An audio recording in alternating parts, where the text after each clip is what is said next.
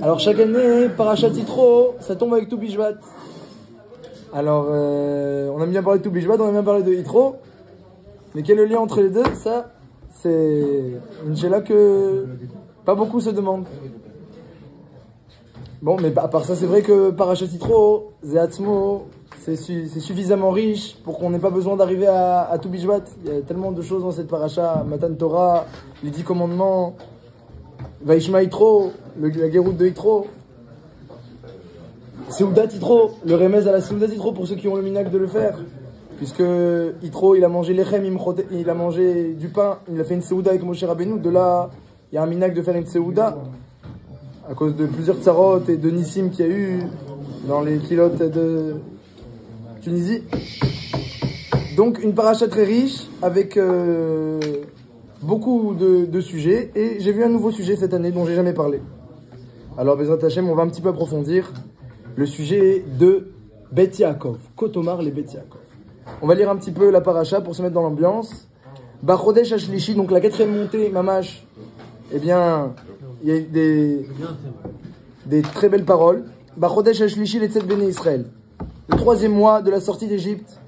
Bayom Azé, ce jour-là, Baou Midbar Sinaï. Ce jour-ci d'ailleurs. Bayom Azé, ce jour-ci, ils sont venus à Sinaï. Donc le premier Sivan, c'est le Perek Yutet, Pasuk Aleph.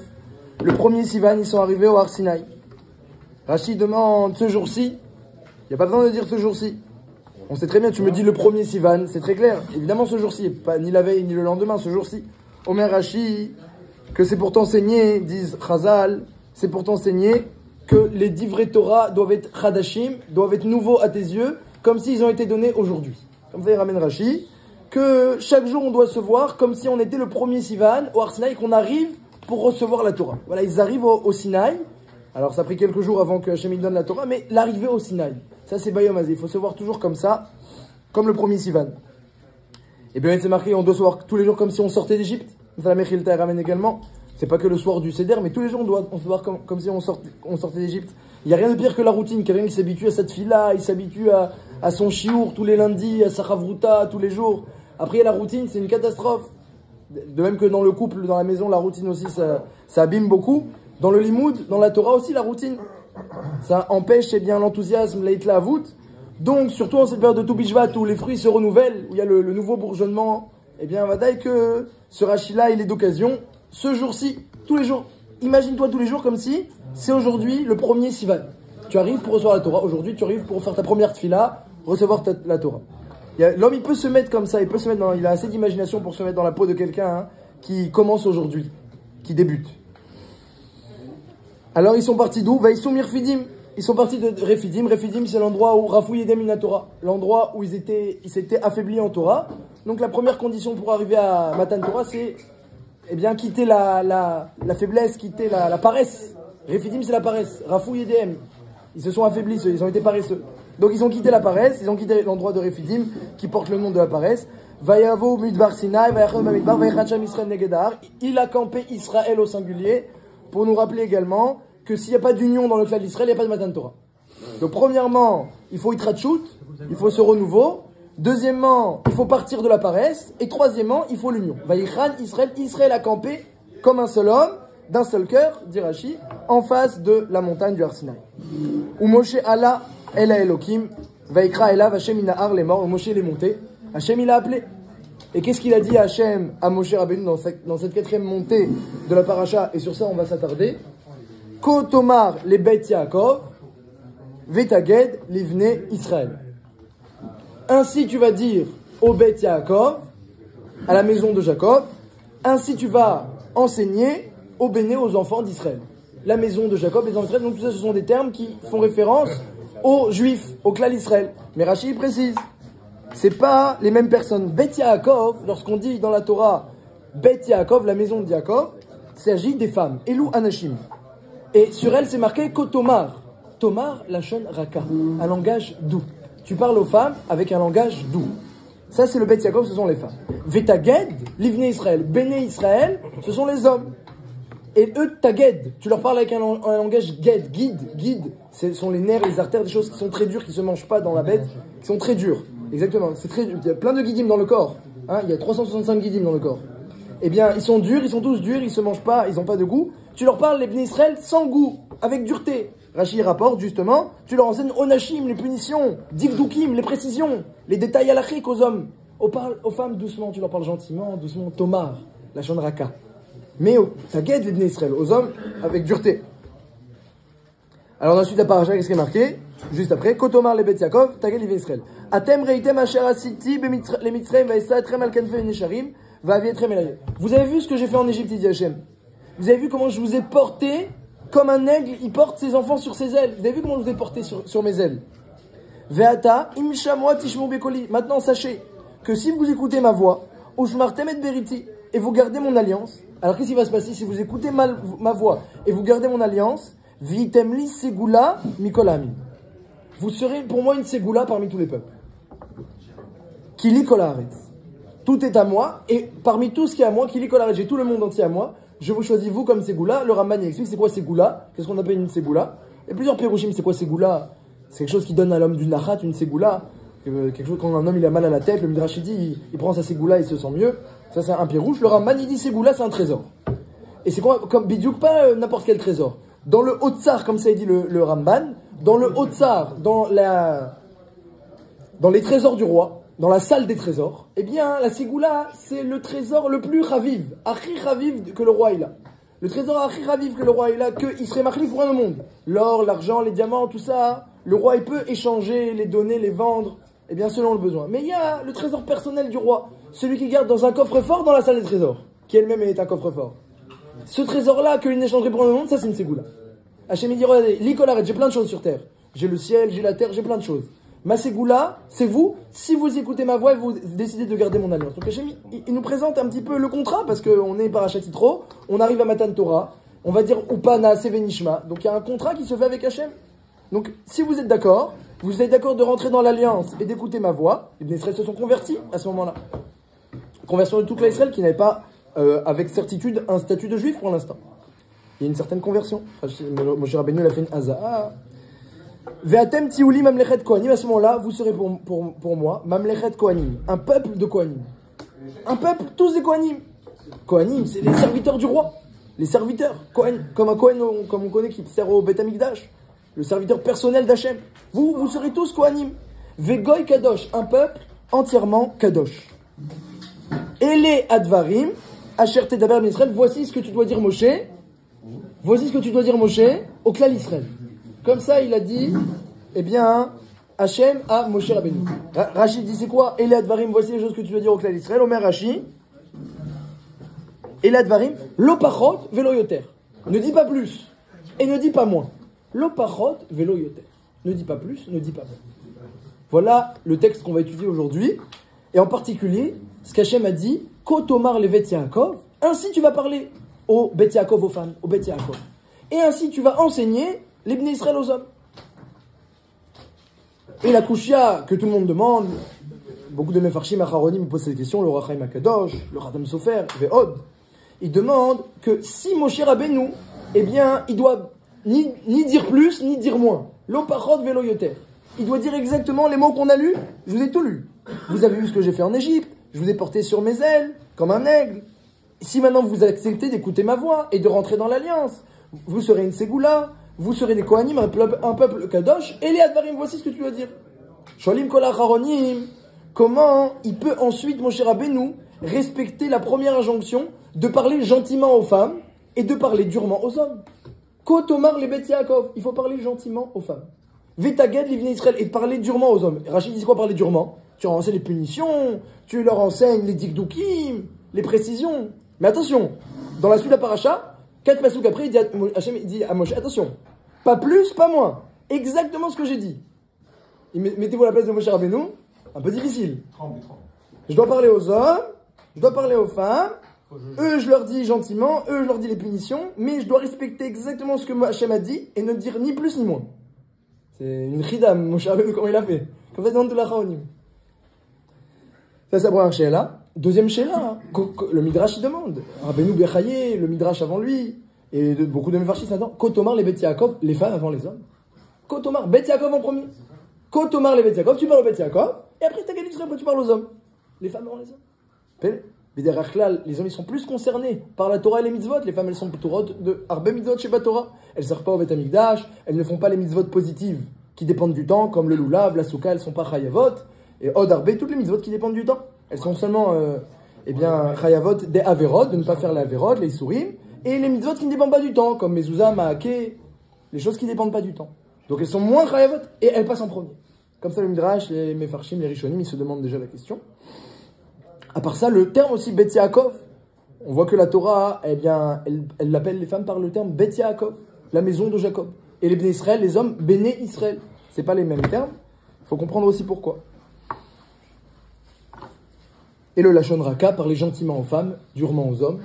Voici, qu'est-ce que ça inclut. Alors, Bezrat Hashem, on va voir la transmission de la Torah, l'entrée de tout le peuple dans le brit, dans l'alliance, et on voit qu'il y a une adgasha, eh bien, les hommes et les femmes, ils rentrent pas de la même manière. On parle aux femmes gentiment, on parle aux hommes ensuite, il y a deux entrées dans le peuple, et d'abord les femmes en premier. Donc quand on rentre, eh bien, quand on veut transmettre la Torah, nous aussi, chacun, comme Hachem, quand on veut transmettre la Torah, il faut savoir qu'il y a Kivyachol, un double discours. On ne transmet pas la Torah à ses filles comme on transmet à ses fils, et à son épouse au Todavar.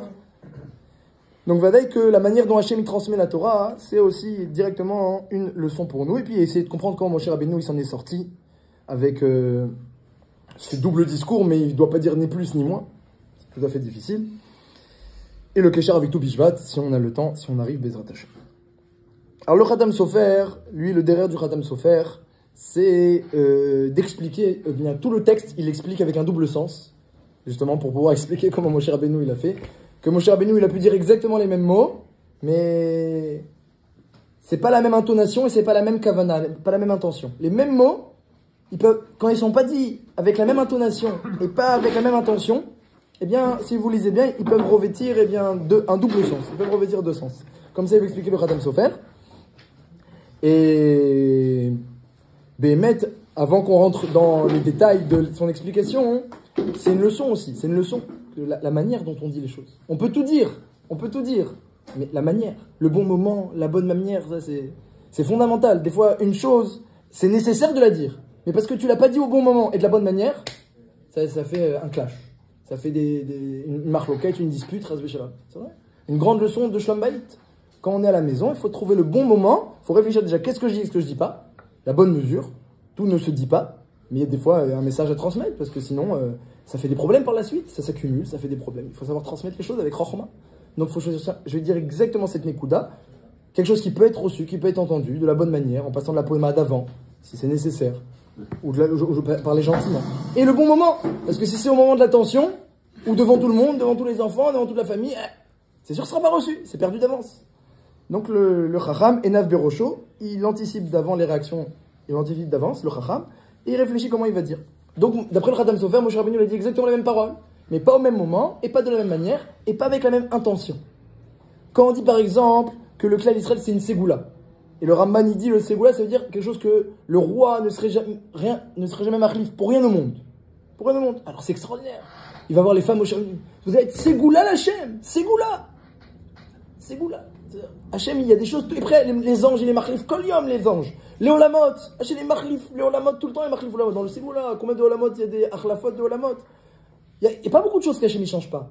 Il y a marqué sur la Torah, lo yachali fakev velo yamir, dato le olamim, les oulato, on dit tous les vendredis soirs. Voilà, dans Igdal. Alors, la Torah, il ne la change pas, Hachem. Eh bien, vous non plus. Vous allez rentrer dans ce côté éternel que Hachem, il est d'accord de donner à certains éléments de la création. Vous allez être Ségoula. Ah, ça, les femmes, elles entendent ça, éternel, lo yachlif, etc. Mais les hommes, il a resté Ségoula. Hachem, il n'est pas machlif. Il est rien il y a des choses, il est machlif. Mais ça, il n'est pas machlif. Donc, ça veut dire quoi? Qu'est-ce que ça inclut? Devinez qu'est-ce que ça inclut? Ça inclut que vous aussi, vous devrez être machlif Hachem pour rien au monde. Parce qu'un goy qui est machlif Hachem pour autre chose, Hachem, il veut dire de toute façon, les Romains, aujourd'hui, ils sont là, demain, hier c'était les Grecs, demain ce sera les Américains. De toute façon, les goïms, je les change tout le temps. La mode, elle change tout le temps. Donc si quelqu'un, eh bien, il n'est pas juif, il change avec la mode et il est machlifoti, il dit, bon, bah, quelque part, mesure pour mesure, moi aussi j'ai des machlifautos, donc lui il est machlifoti.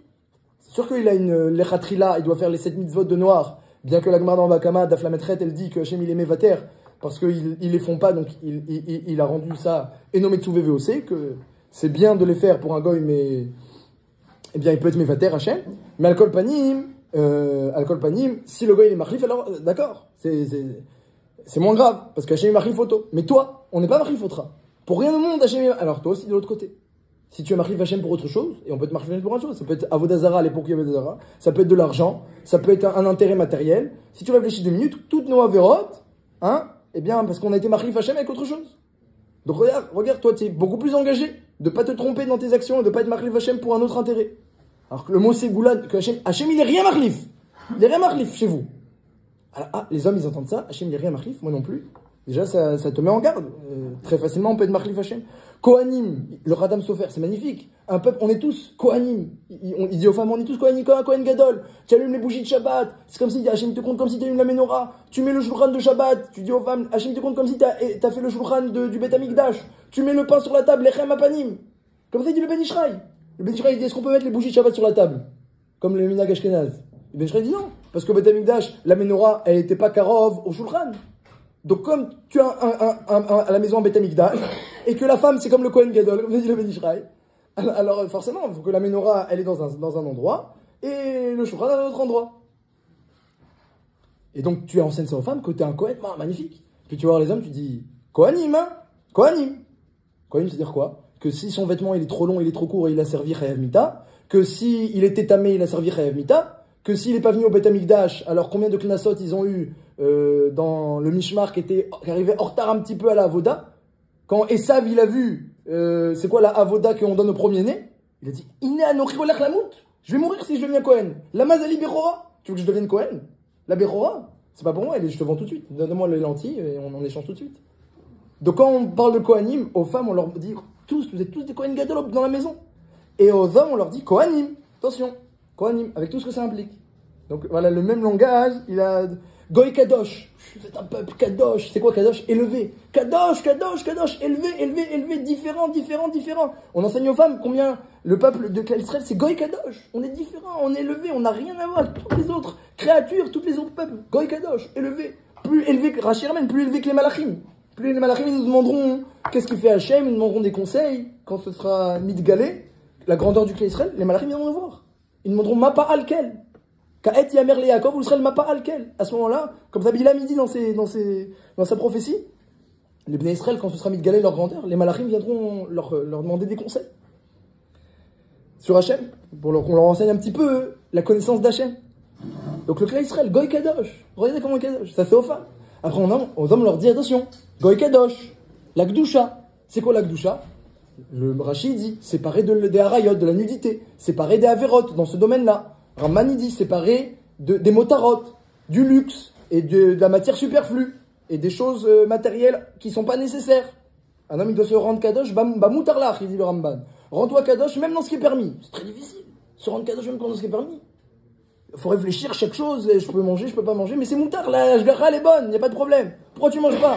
Écoute, il faut que je sois Kadosh. Même ce qui est permis, ça veut pas dire que... C'est très difficile, ça. C'est très dur. C'est dikdoukim, c'est onachim, c'est très difficile. Le même texte, c'est celui de deux manières. Tout dépend de l'intonation et de l'intention. Donc, voilà, Moshe Rabbeinu, il dit le Radam Sofer, il a enseigné le même texte aux hommes et aux femmes, et il s'en est sorti, il a pu faire comprendre à chacun quelle était sa mission.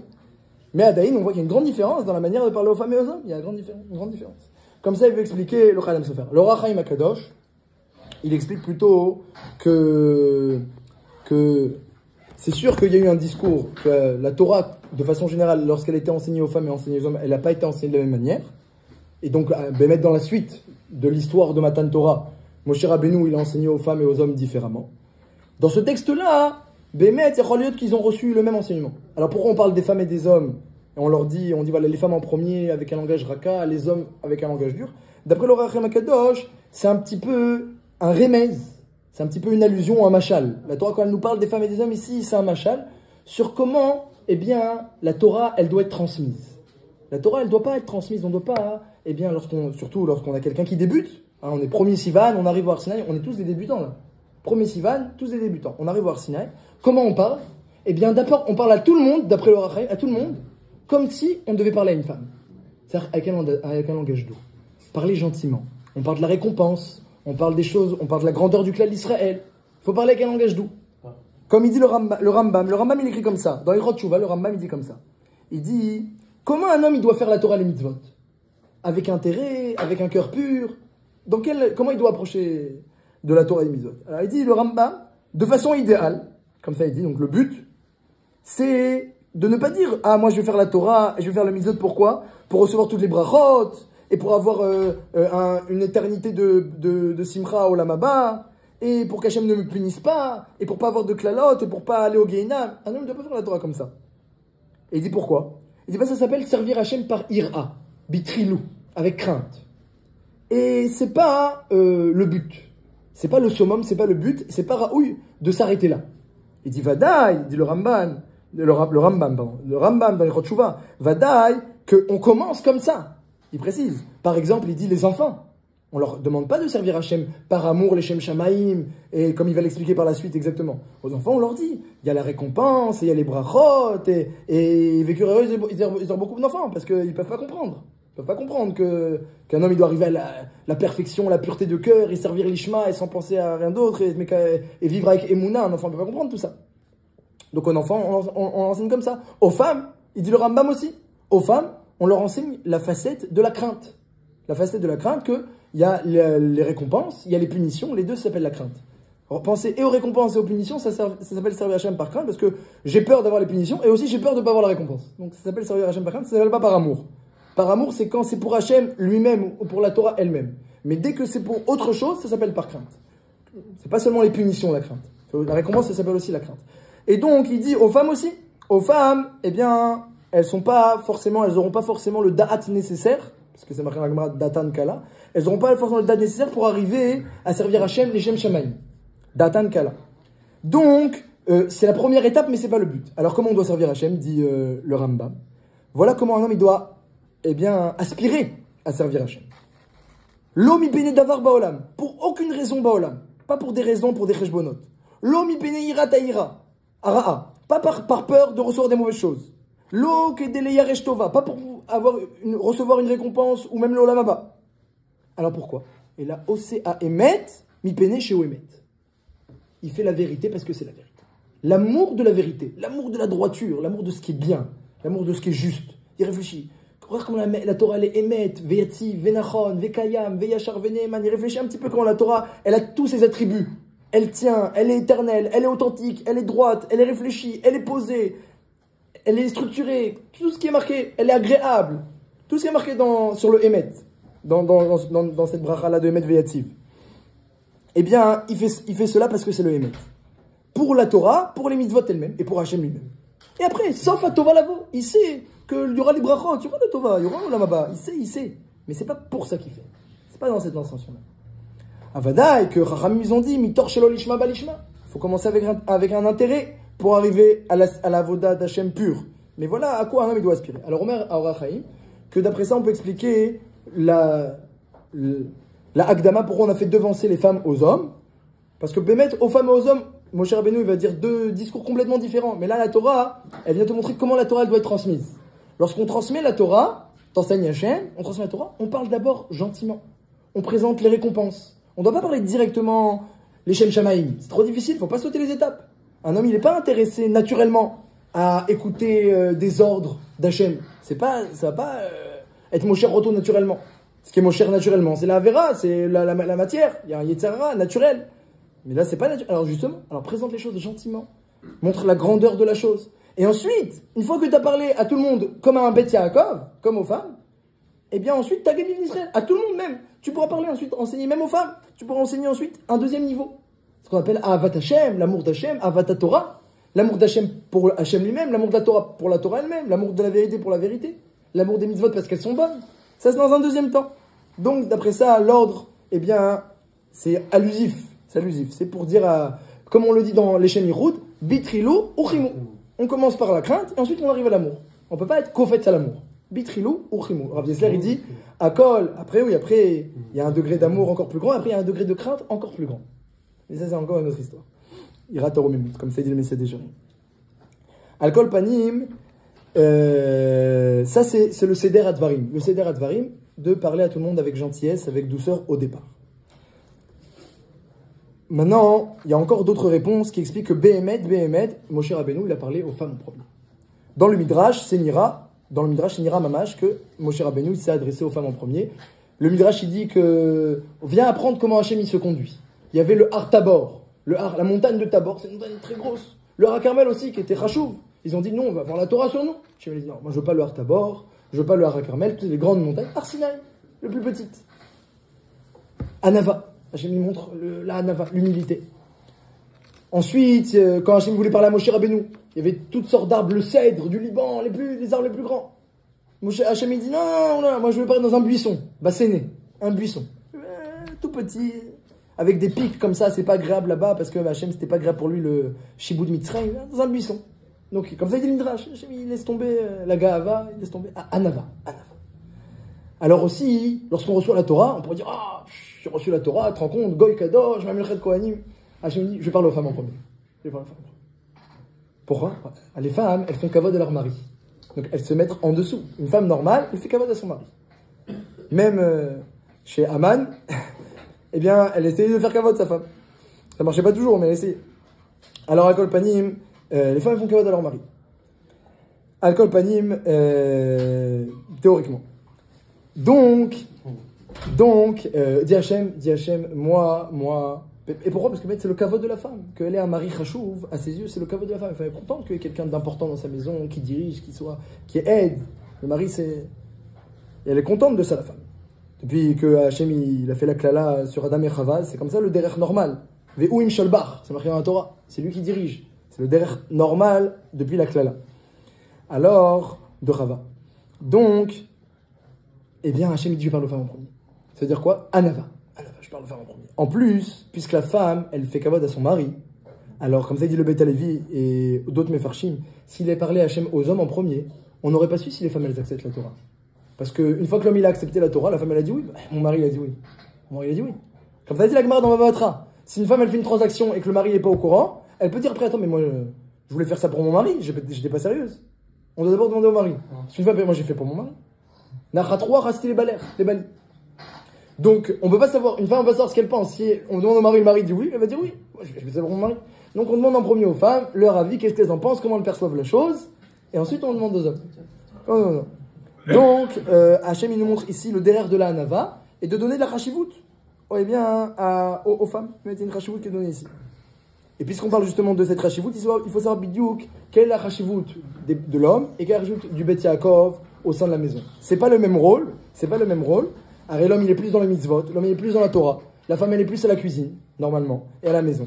Et donc, eh bien, quelque part, c'est un petit peu dur de cerner la chashivut de chacun. Et j'ai vu sur ça me mettre des belles choses. Il faut savoir, il faut pas... Si Hachem, il a parlé en premier aux femmes, le Midrash, il dit qu'il a parlé en premier aux femmes parce que en premier, elles-mêmes, Nashim Botrot Bisraran, elle ramène la Gemara dans Brachot, les femmes, elles sont plus sûres de leur récompense que les hommes. Comme ça dit la Gemara dans Brachot, Nashim Botrot Bisraran. C'est un pasouk du Nar, que les femmes, elles sont plus sûres. Pourquoi? Parce que la femme, on n'a pas demandé d'étudier la Torah et de venir produire des mitzvot. On lui a demandé d'être à la maison et de soutenir son mari. Donc maintenant, elle a soutenu, elle a envoyé le mari au Beth Midrash. Il a étudié, pas étudié. La femme, elle dit, moi, qu'est-ce que je peux faire? J'ai tout fait pour qu'il étudie. Il est venu, il est parti prendre un café, il a répondu au téléphone, c'est pas moi qui l'ai appelé. Et il a commencé à manger du gâteau, etc. Il n'a pas bien étudié. C'est pas mon problème. Hachem dit, elle a raison. Je vais lui donner un sachar mouchlam. Et mon mari, un demi-sachar, parce qu'il a étudié à moitié. Et comme tu à moitié, ça vaut rien, je sais pas. Oh. Ah, bien fait. Elle a mourir, elle n'est pas d'embûche, il n'y a pas d'épreuve. Voilà, donc c'est pas la même avoda. Donc le Semet, c'est comme on voit, c'est Mar, Zevulun, Betzetera, Veissachar, Boalecha. Zevulun qui soutient Issachar, il reçoit la bracha en premier. C'est Mar, Zevulun, Betzetera, Veissachar, Boalecha. Parce que Zevulun, il a fait son travail, il a soutenu. Maintenant, Issachar, on va regarder, est-ce qu'il a fait son travail? C'est pas le même avoda.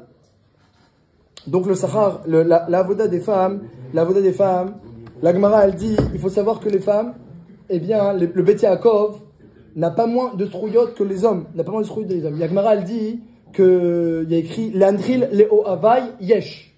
La Gemara dans Rayot, elle dit L'Antril Leo Havai Yesh. Hachem, il prépare pour Ohavai, ceux qui m'aiment, ceux qui servent par amour, ceux qui m'aiment, Hachem il prépare Yesh. Une récompense, Yesh. Yesh, il y a une récompense. La Gemara dit c'est quoi Yesh? Yesh, c'est Shai. Shai, c'est un cadeau. Et c'est quoi le cadeau? Le cadeau, dit la Gemara, c'est Shai. 310. 310 mondes. Hachem il prépare 310 mondes, Shai Olamot, pour toute tzaddik et tzaddik qui a fait sa volonté. La Anchil, Léo Havai, Yesh. 310 mondes. Alors Rav il demandait toujours pourquoi des mondes? Pourquoi des mondes? Il dit parce que Hachem il paye avec la monnaie d'en haut. En haut, il n'y a pas de Kesef, de Zahav. En haut, c'est que des Olamot, en haut. Donc Hachem, il paye en Olamot. En haut, tout ce qu'on fait, toutes les mitzvot, toute la Torah, ça crée des Olamot en haut. Hachem, il paye en Olamot. Vous dites Rav Shach, c'est la monnaie d'en haut. Donc chacun, il va avoir des Olamot. Des Olamot, attention, Meleim Koltouf. Chacun a 310 Olamot. Pourquoi 310? Alors ça, j'ai lu une belle explication. Le Balatourim, il dit que dans les 10 commandements, si vous comptez, il y a 620 lettres. 620 lettres. Et 620, c'est Keter, c'est la couronne de la Torah.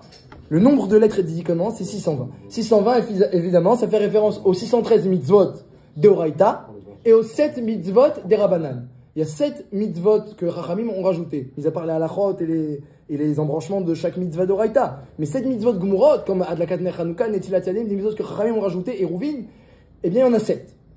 Donc, en tout, ça fait 620. Ce sont le nombre de lettres des 10 commandements, et c'est Keter, c'est la couronne de la Torah, puisque Keter c'est Gamatria 620. Keter 620 divisé par 2, ça fait 310. Ça veut dire que quand le mari il a choisi d'écouter comme il faut les 10 commandements de cette paracha, et de recevoir la couronne de la Torah en l'étudiant comme il se doit, comme il faut, c'est comme ça qu'on la mérite, la couronne de la Torah, elle est posée dans un coin, celui qui veut il étudie, il apprend, comme ça c'est marqué dans la Mishnah en Pirkei Avot. Le mari qui décide d'avoir Keter Torah, eh bien, il faut savoir que sa femme, elle aura la moitié du salaire. 310 chacun. Shai Olamot. 310 et 310. Comme ça, on peut expliquer. La Gemara ne dit pas pourquoi 310. On peut expliquer que c'est la couronne de la Torah partagée. Bien qu'évidemment, il n'y a pas vraiment de partage. C'est pas 310 pour l'un, 310 pour l'autre. Mais c'est un remède. Les deux vont profiter des 620. Les deux vont profiter des 620. Dans le ciel, tout est infini. Il n'y a pas de partage véritable. C'est pas comme dans la matière. Mais il y a ici un remède que, eh bien, le cadeau qui se dit Shai en hébreu, le cadeau, eh bien, c'est un cadeau partagé pour les hommes et pour les femmes. Comme elle a dit Myriam dans la paracha la semaine dernière, lorsque Myriam, elle est sortie avec toutes les femmes, ils se sont mis de côté, ils sont sortis, ils ont commencé à chanter pour Hachem une shira. Qu'est-ce qu'elle a dit? Sous verochevo, shirul Hachem, ashira Hachem kigaogaa, sous verochevo ramavayam. Hachem, il a noyé l'Égyptien avec sa monture. C'est-à-dire quoi?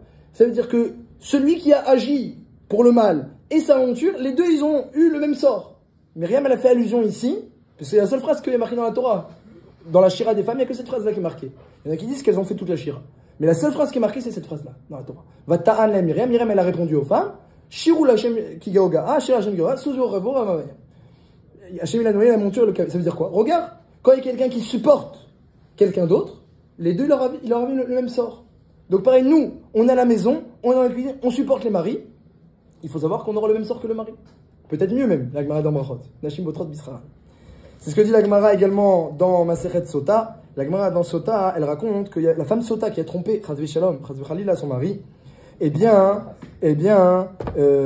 si on lui fait les os, l'abdika de la Sota, parce qu'elle persiste à dire qu'elle est innocente, c'est seulement si elle persiste à dire qu'elle est innocente, et que Bémet, elle n'était pas innocente. Alors lorsqu'elle boit les os, elle meurt à la makom.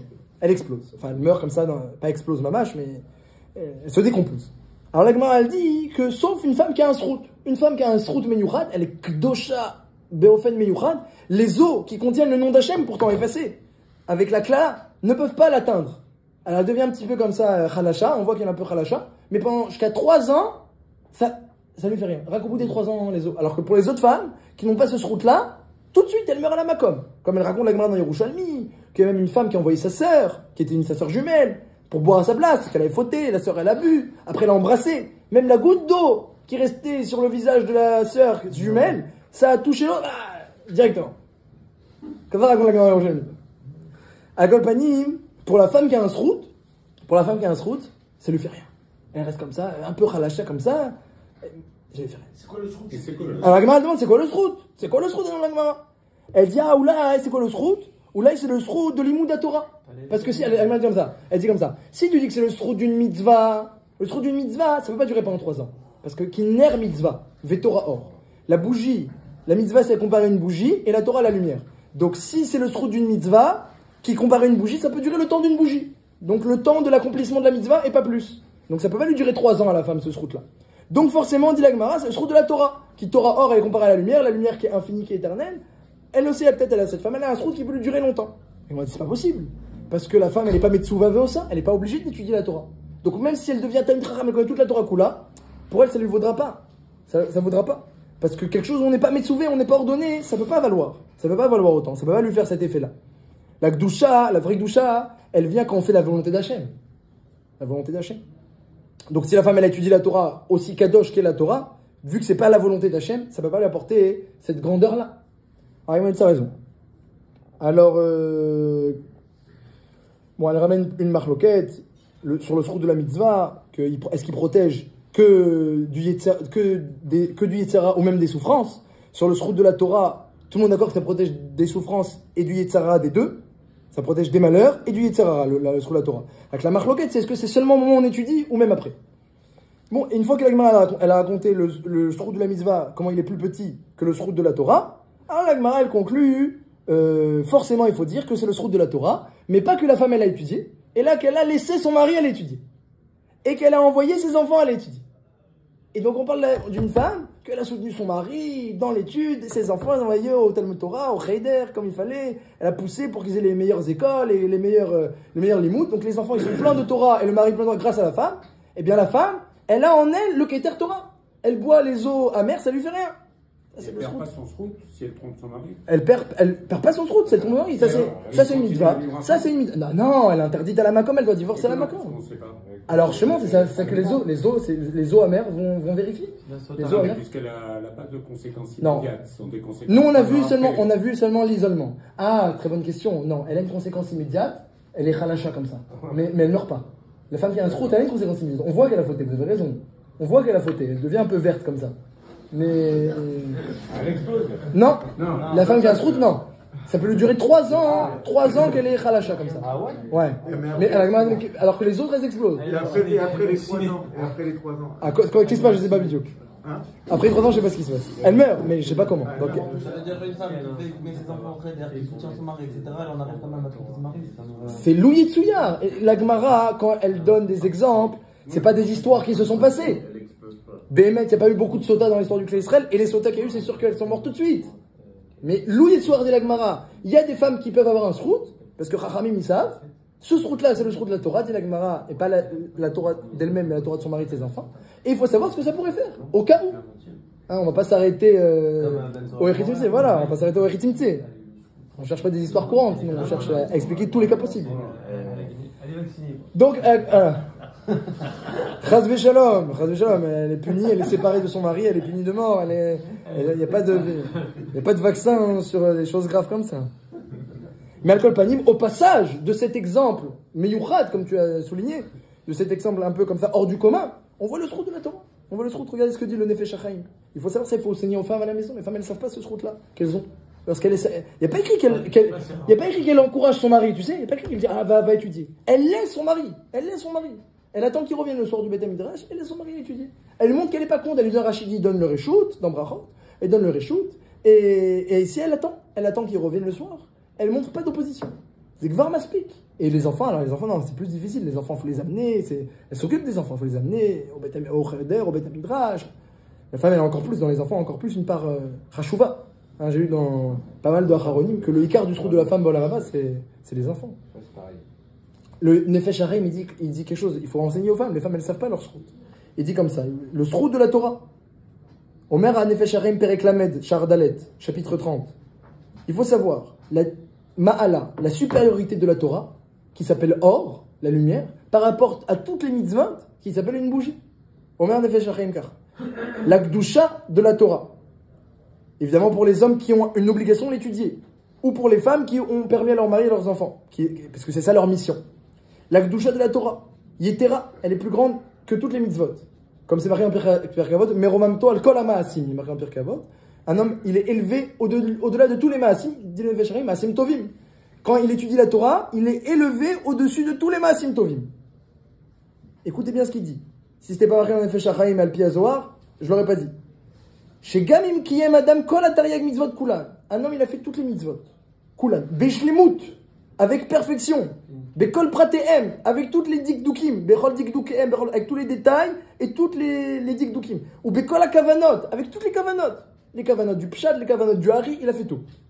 Vetahara, betahara, bekdusha, besimra, be'ava. Imaginez qu'est-ce qu'il est, il fait toutes les mitzvot avec perfection. Il dit, il devient alors Merkava la Shrina. Merkava la Shrina, c'est un siège pour Hachem. Parce qu'on sait très bien que les 248 membres sont liés aux 248 mitzvot. Les 365 nerfs et artères sont liés aux 365 averot.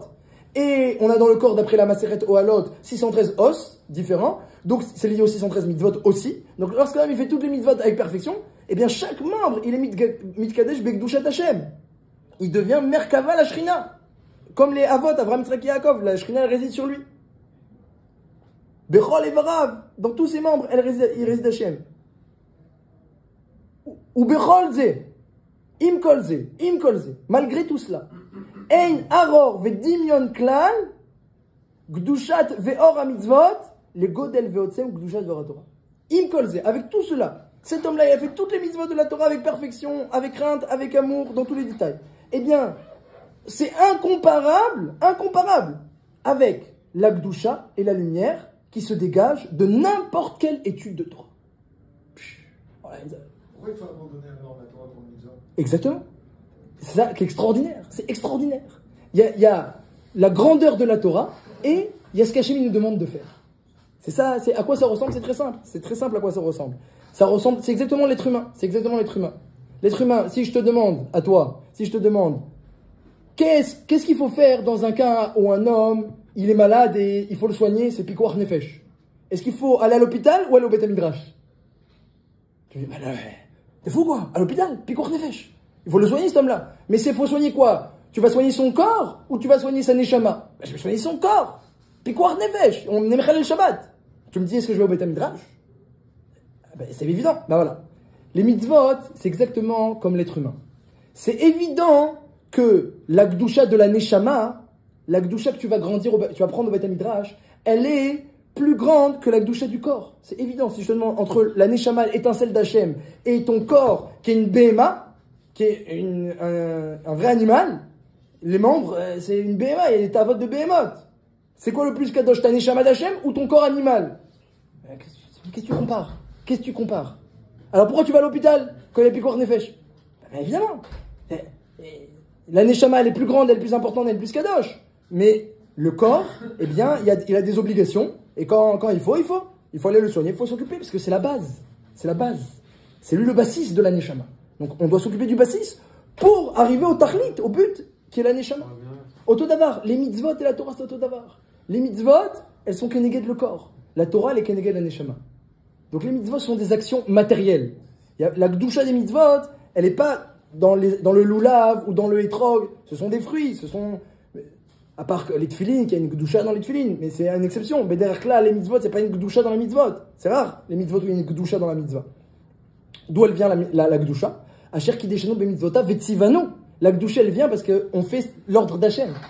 Donc Hachem, il nous demande d'agir dans la matière. On agit parce qu'Hachem, il a demandé. Hachem, il a demandé. On doit s'occuper aussi de la matière. Mais ensuite, si tu me demandes quelle est la mitzvah qui m'a apporté le plus grand gdusha, c'est évidemment la lumière de la Torah. La lumière de la Torah, elle apporte la plus grande gdusha. Mais, comme on est dans un monde matériel, et on doit faire la volonté d'Hachem dans un monde matériel, eh bien, c'est pas une raison pour te dispenser de toutes les mitzvot. À quoi ça ressemble? Ça ressemble à un homme que, en période de guerre, le roi avait donné un code très précis, comment il fallait se comporter pendant la guerre. Les ennemis sont entrés dans le pays, il faut faire très attention, il y a des espions, il y a des ennemis, voilà, il faut combattre par-ci, il faut agir comme ça, il ne faut pas qu'il y ait des fuites, des informations, etc. Le roi donnait des ordres très précis, comment se comporter en période de guerre. Et la fille du roi, elle a été capturée. La fille du roi est capturée, donc il y a un qui est parti, et il a combattu les ennemis, il est parti prendre la fille du roi, la récupérer, etc. Le roi, évidemment, imagine la reconnaissance qu'il a. Mais cet homme-là, de l'autre côté, ou avant ou après qu'il a ramené la fille du roi, il est parti dans les trésors du roi, il s'est servi, il n'a pas payé ses impôts, il a même donné parfois des informations. Attends, c'est sûr que le roi, il est beaucoup plus reconnaissant et heureux de ce que tu as fait pour sa fille qui est la Torah. C'est sûr, c'est évident que c'est une grande valeur, mais ça ne te dispense pas d'être un citoyen correct. On doit être un citoyen correct, on doit être un bonhomme un bonhomme avec des bonnes relations, qui fait les mitzvot, qui fait la volonté d'Hachem dans la matière aussi. Maintenant, quand tu t'es occupé de la fille du roi, c'est évident que le roi, il aura beaucoup plus de reconnaissance. Mais ça ne te dispense pas d'être un bon citoyen. Donc lorsqu'un homme il rentre à la maison et il enseigne à la femme eh bien, des choses comme ça, il lui montre que quand tu me permets d'étudier chaque mot de Torah, chaque Mishnah, chaque mot, eh bien ça a une valeur. Elle sait pas la femme que c'est une valeur aussi grande que toutes les 613 mitzvot réunies, et encore plus. Lorsqu'un homme il raconte à sa femme comment même une femme sauta elle pour avoir du ça, on n'est pas forcément obligé de raconter cet exemple-là. Mais voilà. Mais la femme, la femme elle a ce courage-là. La femme elle a ce courage-là de supporter son mari. La Gemara, elle raconte comment les femmes, elles sont dévouées pour leur mari, pour leurs enfants. Regardez la Gemara dans Makot. Elle dit que lorsqu'il y avait un meurtrier involontaire, on l'envoyait en ville de refuge. Et la Torah, elle dit qu'il ne peut sortir, il peut sortir que si le Kohen Gadol, il meurt. Si le Kohen Gadol, il meurt, le meurtrier peut sortir de sa ville où il est enfermé là-bas. Alors les mamans des Kohanim d'Olim, dit la Gemara, dit la Mishnah, elles allaient amener à manger, à boire des vêtements, etc., pour ne pas qu'ils prient trop, que leur fils meure. Les mamans, regardez. Il y en a qui demandent pourquoi leurs femmes, elles n'allaient pas. Les mamans, elles prient. Les mamans, elles essayaient d'empêcher. Non, ça c'est la blague, mais c'est Mishum Tsignout. Les mamans des Kohanim, elles allaient. Mais regardez, une femme, le Kohen Gadol, il doit avoir au moins 50 ans, 60 ans. Donc imaginez l'âge de la maman. Elle va jusque dans les villes de refuge. C'est des villes qui sont parfois en dehors d'Eretz Israël, de l'autre côté du Jourdain. C'est très loin. Elles amenaient à manger, à boire. Regardez comment une femme, elle est prête à sacrifier tout pour ses enfants et pour son mari. Elle est un vrai bassis, un vrai support de la vie de son mari, de ses enfants. Et donc Vadaï qu'une telle Messirut Nefesh, eh bien, ça lui revient à même la première place. Kotomar les Bet Yaakov, elle reçoit son salaire en premier parce qu'elle est le support. Le support, il passe en premier. Et elle fait tout Messirut Nefesh. En plus, elle fait encore plus les Shem Shamim à un certain niveau. Parce que toi, t'es intéressé, toi-même, tu te réalises dans la Torah et dans les mitzvot. Tu fais pousser les fruits, tu te réalises. Mais elle est que le tronc de l'arbre. Hachem dit, elle est le tronc, elle a été humble, elle passe en premier. Le support, celui qui a été le support de la mitzvah, Shluché mitzvah, quelque part, il est encore un plus important que Mekaimi mitzvah. Dans la Gemara, on voit Shluché mitzvah. Celui qui est seulement le shaliach. Hachem dit, le shaliach, il est encore plus ravivé à un certain niveau. Parce que celui qui fait, il se réalise dans la mitzvah. Il a fait sa tefila, c'est ma tefila, et mon étude, et ma chavruta. Donc quelque part, tu es très intéressé, même si c'est un intérêt spirituel, mais intéressé, tu te réalises. Il y a de l'égocentrisme dans ta pratique. Mais la femme, shaliach mitzvah, elle permet à son mari, elle permet à ses enfants. C'est le support. Hachem dit, moi je vais passer le support en premier. Déjà, on ne peut rien construire si on n'a pas la base, si on n'a pas le support. Donc c'est une raison de mettre le Bet Yaakov en premier. Et ensuite, regardez comment elles se sacrifient les femmes. Regardez comment elles se sacrifient. Yaakov, on a demandé pourquoi elle s'appelle Yaakov, les femmes. Pourquoi elle s'appelle Yaakov? Israël, pourquoi Yaakov? Yaakov, Akev, c'est le talon. Israël, c'est Roche, il y a le Roche Ken, il y a le nom Roche, le mot Roche, la tête. Yaakov, c'est le talon. Les femmes, et Baït, c'est la maison. Béné, c'est les enfants. Donc la femme, elle est à la maison. Baït Yaakov, elle est à la maison, elle s'occupe de quoi? Des fois, des affaires de talon, des affaires aura des pâquerettes. C'est le talon, c'est le pied. C'est pas très digne d'éloge, le pied. Mais si on n'a pas le pied, un Mechin Mitzadeh Gaver, combien de brachot le matin on fait sur le fait qu'on peut marcher? Rokaret, c'est la même. Combien de brachot on fait? Combien on a besoin des pieds? Du socle de l'homme. Combien on a besoin? 100 pieds. Qu'est-ce qu'on peut faire sans pieds? Une fois Rabbi Yossi, il a rentré lui au Navi. Il a dit, mais quoi elle sert les femmes? Il a dit, qu'est-ce que tu veux faire? Sans vêtements, sans nourriture, qu'est-ce que tu veux faire? Il dit, c'est elle qui te donne la lumière de ta Torah, de tes yeux, c'est elle qui te la donne. Quand une femme, elle est à la base, et bien ensuite, tout ce qui brille par les fruits du mari et des enfants, c'est grâce au tronc, c'est évident. C'est grâce au tronc. Qui c'est qui va dire, ah non, le tronc, tu peux le couper, c'est pas grave, l'écart, c'est les fruits. Il y aura plus de fruits si on coupe le tronc. C'est normal de faire passer le tronc avant les fruits. Même Hachem, quand il fait pousser les arbres, il fait passer le tronc. Et ensuite, les fruits. Le remès de tout Bishvat. Le tronc avant les fruits. Donc, au Dodavar, Bet Yaakov, eh bien, elle passe avant les Béné Israël. Béné Israël, les enfants, c'est les fruits. Israël, c'est le roche. C'est ce qui se maintient, ce qui est le plus élevé, mais ce qui se maintient sur le pied. Donc, Akadosh Baruch Hu, il dit d'abord Bet Yaakov en premier. On fait passer le Bet Yaakov. On leur parle gentiment. On leur montre la douceur de la Torah, la grandeur. Il faut leur expliquer parce qu'elle ne fait pas elle-même. Elle ne peut pas comprendre la grandeur de ton étude et de ta tefila si tu ne l'expliques pas. Le pouvoir de la tefila, même de ta tefila, le pouvoir de ton étude et le pouvoir que ça lui donne à elle. Elle ne sait pas qu'elle se remplit de gdusha et de mitzvot et de lumière par ton étude à toi. Elle ne sait pas, elle n'est pas consciente qu'un mot de Torah de toi, c'est comme 613 mitzvot. Elle est pas, donc on lui explique gentiment, on lui montre la grandeur de la Torah et il faut lui faire passer en premier. C'est le socle, c'est la base. Et lorsqu'un homme il fait comme ça, il montre un bel exemple, il montre, alors c'est un grand Kiddush Hashem, c'est un grand, le premier Kiddush Hashem, moi je pense, c'est à la maison. C'est montrer une belle image de la Torah à sa femme, à ses enfants, à ses filles. Le kavod de la Torah, la Gemara elle dit, celui qui aime la Torah, il aura des fils Talmidei Chachamim. Celui qui honore la Torah, il aura des filles qui vont se marier avec des Talmidei Chachamim. Pourquoi? Parce que l'importance des valeurs, les valeurs, le kavod, les valeurs. Les filles, elles perçoivent la valeur que tu donnes aux choses. Les garçons, ils vont voir comment tu aimes, comment tu es heureux, comment tu kiffes. Ça, les enfants, ils vont être nimshachim acharizé. Lorsque, quand papa, il aime aller au Beth Midrash, moi aussi, j'ai envie d'aller. Mais les filles, elles voient l'importance. Le kavod, les RR, les valeurs, elles retiennent. Comment tu l'as montré, ça, c'est la hiérarchie d'importance. Qu'est-ce que c'est une Mishnah? Elle va retenir, ah papa, quand on faisait la Mishnah, quelle importance il donne, il disait que c'est plus important que tout le monde entier. Elle va retenir. Hein, on va finir avec une histoire avec les Rabbi Elchanan Wasserman. Une fois, il est parti chez un riche qui avait des filles. Et il était tout seul, il a marché dans la neige, dans la boue, pour arriver jusqu'à ce donateur. Et il est passé par la cuisine. Et le donateur, il a dit, mais qu'est-ce que le Rav il fait par la cuisine? Il dit, parce que si je rentre dans un salon, je vais tout salir. Il dit, vous voulez me casser mon chinour? Vous refaites le tour, s'il vous plaît, à Rosh Yeshiva, passez poisson, et vous salissez tout, et vous asseyez sur le fauteuil, et vous montrez à mes filles, Kavod HaTorah. Comment, c'est quoi le Kavod HaTorah?